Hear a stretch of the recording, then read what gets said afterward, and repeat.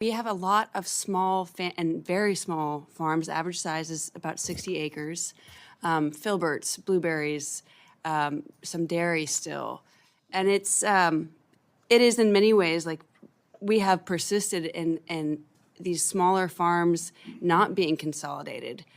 People really working to try to get food to their communities. And I guess one of the things that I've heard from some of my shellfish growers, they've suffered terribly under a regulatory burden, doing anything in water, right? It's been difficult for them.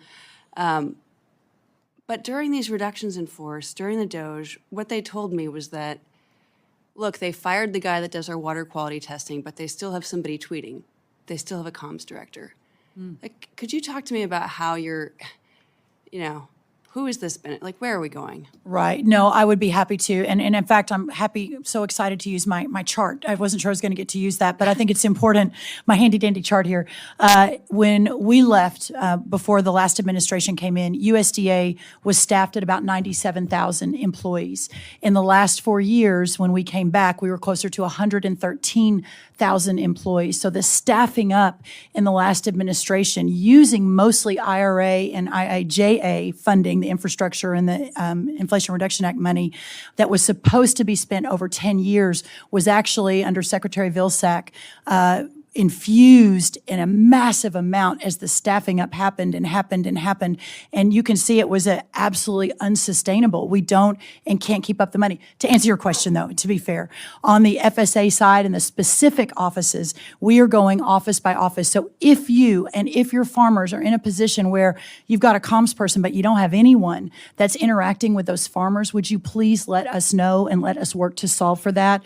I think that as we move forward, the intentionality of what we are doing becomes more hyper-focused on those priority areas, as I mentioned at the beginning of the hearing, and that's important. It does feel to a lot of us like it is not addressing this balance of work boots to clipboards, of spreadsheets to work boots. That's why we need your partnership. And, people say, well, I don't know why these loggers can't trust the science. Well, because in living memory, we were told to, bring a bulldozer to the stream beds, take all the woody debris out, and now they're helicoptering in root wads when we don't have air conditioning in our schools, when we haven't had SRS reauthorized. Yeah. They're firing all the paraeducators. They're still tweeting, like...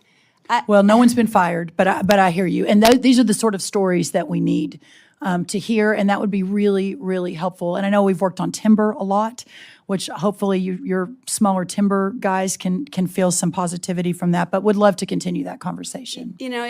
We have fought hard, and one of the most haunting memories I have from being, I used to run an auto repair shop. This is new to me. And the most haunting memory was I was a farmer. He's like a grown man, like crying, starting to cry. Right.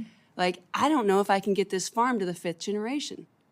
And like the suicide rate, like I think there's a lot of useless metrics. And I think one metric I would really ask you to focus on is the suicide rate going down? Mental health. Mm-hmm. It's 3.5 times higher than any other population. What the fuck are we doing? Mm-hmm. Other than veterans, you're right. Our veterans and our farmers. It's profound. And I think what I hear is that, why is it so difficult for me to just sell food to the school? My smaller schools, they can't go through the regulatory burden of getting in those programs.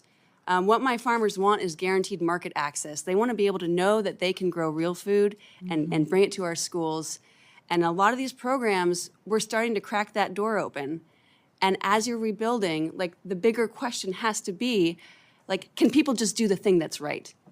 Are we empowering our farmers to stand up to the consolidation, to stand up to the foreign land ownership, and just be able to sell food to their schools?